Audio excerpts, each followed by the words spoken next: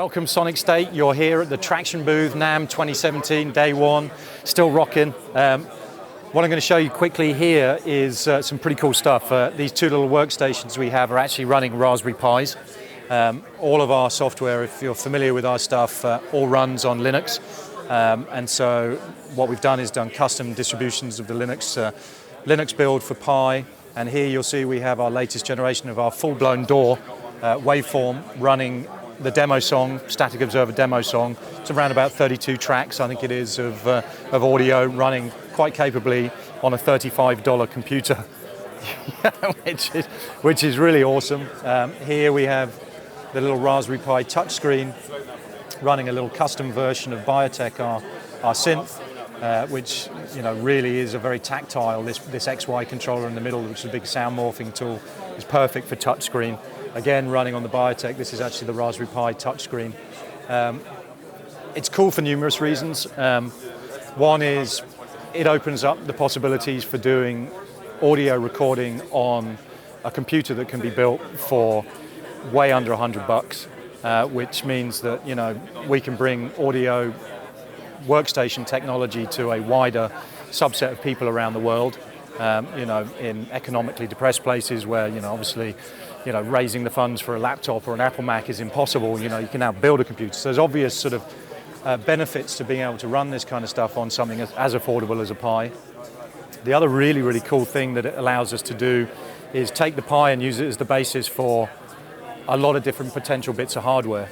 If you think about building pretty much anything from a digital mixer to a hardware synthesizer, sound modules, all they are really at the heart of it is a processing brain, a audio workstation, audio routing manipulation, piece of code, and then a user front end. So the maker community can take something like a Pi, and for example here running Biotech, we could build that into a piece of hardware with a key bed and turn it into a synthesizer. So it's really about inspiring the maker community to come up with ideas for, if I have a piece of workstation code that will run plugins and do audio manipulation, routing, and a brain that costs $35 that gives you all the connections you could possibly want, what can you build? That's the question. Go dream it up and we'll help you build it. So versions that are running on there, will they transfer project-wise? Absolutely, yeah. There's absolutely no difference between this version and these versions. Like I say, because we run on Mac, Windows, and Linux, this is just the Linux, version of our app. So there's literally no difference between them. We have a version of our app which is available for license, which is what we call the Tracktion engine, which is essentially the core of Tracktion without any of the user interface on it. And you're probably familiar with the Roly Blocks product that just launched at the end of last year.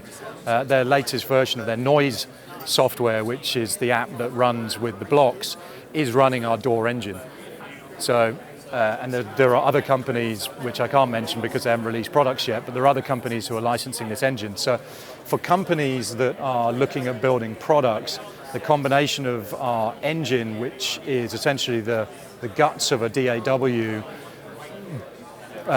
refactored and developed to be easily sort of modularized and controlled, with a brain like a Raspberry Pi and all its peripherals that are super affordable, literally you could dream up a long list of hardware products and software products as well.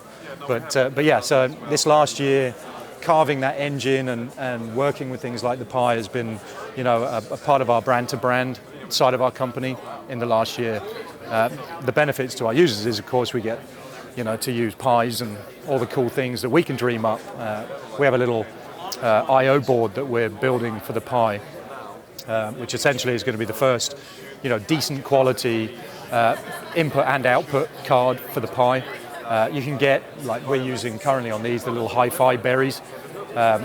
Raspberry Pi is used a lot for building media stations at the moment. So there are several sort of DAC solutions for a Pi, which just are outputs for the Pi.